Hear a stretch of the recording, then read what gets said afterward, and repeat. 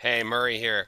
Wanted to show you how to set up your Backtrack 4 VM to make sure that you are able to do things like update it, to put it on the internet basically. So by default, your Backtrack 4 VM is set up to be on a private network. You'll notice that it's 172.16.189.5.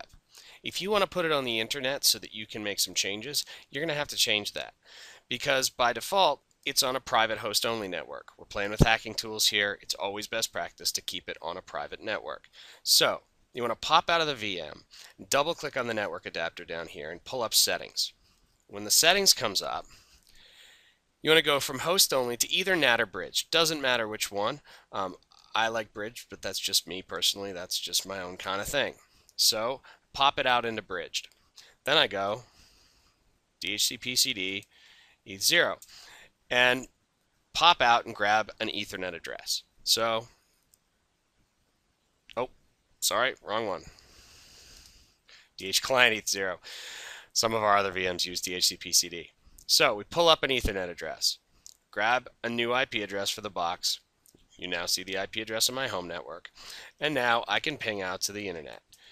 From there, I can then go ahead and do any updates that I want, anything like that.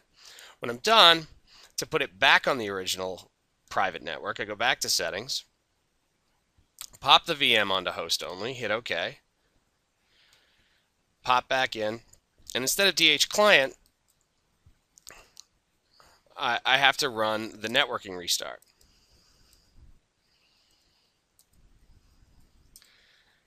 Basically, I have it reconfigure the network addresses. It'll go back to the way it is by default, set everything up as though it is, ignore all the errors, don't worry about them.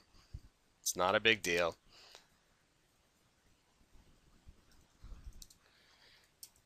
And we're back on the private network.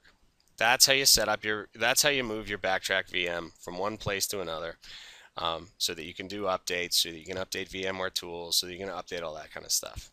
Okay? Cool.